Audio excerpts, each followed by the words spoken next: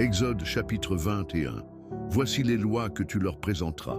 Si tu achètes un esclave hébreu, il servira 6 années, mais la 7e, il sortira libre, sans rien payer. S'il est entré seul, il sortira seul. S'il avait une femme, sa femme sortira avec lui. Si c'est son maître qui lui a donné une femme et qu'il en ait eu des fils ou des filles, la femme et ses enfants seront à son maître et il sortira seul. Si l'esclave dit « J'aime mon maître, ma femme et mes enfants, je ne veux pas sortir libre », alors son maître le conduira devant Dieu et le fera approcher de la porte ou du poteau, et son maître lui percera l'oreille avec un poinçon, et l'esclave sera pour toujours à son service. Si un homme vend sa fille pour être esclave, elle ne sortira point comme sortent les esclaves.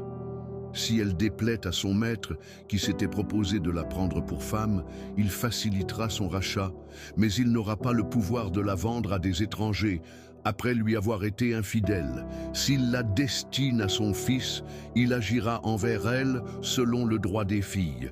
S'il prend une autre femme, il ne retranchera rien pour la première, à la nourriture, aux vêtements et au droit conjugal. Et s'il ne fait pas pour elle ces 3 choses, elle pourra sortir sans rien payer, sans donner de l'argent. Celui qui frappera un homme mortellement sera puni de mort. S'il ne lui a point dressé d'embûche et que Dieu l'ait fait tomber sous sa main, je t'établirai un lieu où il pourra se réfugier. Mais si quelqu'un agit méchamment contre son prochain, en employant la ruse pour le tuer, tu l'arracheras même de mon autel pour le faire mourir.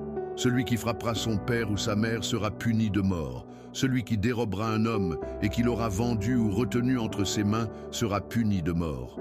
Celui qui maudira son père ou sa mère sera puni de mort. Si des hommes se querellent et que l'un d'eux frappe l'autre avec une pierre ou avec le poing, sans causer sa mort, mais en l'obligeant à garder le lit, celui qui aura frappé ne sera point puni. Dans le cas où l'autre viendrait à se lever et à se promener dehors avec son bâton. Seulement, il le dédommagera de son interruption de travail et il le fera soigner jusqu'à sa guérison. Si un homme frappe du bâton son esclave, homme ou femme, et que l'esclave meurt sous sa main, le maître sera puni. Mais s'il survit un jour ou 2, le maître ne sera point puni, car c'est son argent. Si des hommes se querellent et qu'ils heurtent une femme enceinte, et la fassent accoucher, sans autre accident, ils seront punis d'une amende imposée par le mari de la femme et qu'ils paieront devant les juges. Mais s'il y a un accident, tu donneras vie pour vie, œil pour œil, dent pour dent, main pour main, pied pour pied, brûlure pour brûlure, blessure pour blessure, meurtrissure pour meurtrissure. Si un homme frappe l'œil de son esclave, homme ou femme, et qu'il lui fasse perdre l'œil, il le mettra en liberté, pour prix de son œil.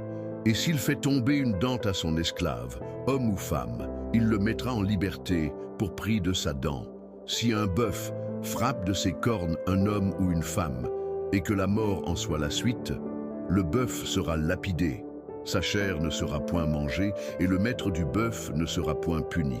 Mais si le bœuf était auparavant sujet à frapper, et qu'on en ait averti le maître qui ne l'a point surveillé, le bœuf sera lapidé, dans le cas où il tuerait un homme ou une femme, et son maître sera puni de mort.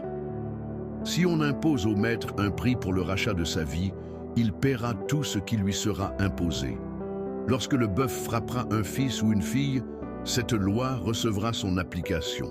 Mais si le bœuf frappe un esclave, homme ou femme, on donnera 30 sicles d'argent au maître de l'esclave, et le bœuf sera lapidé.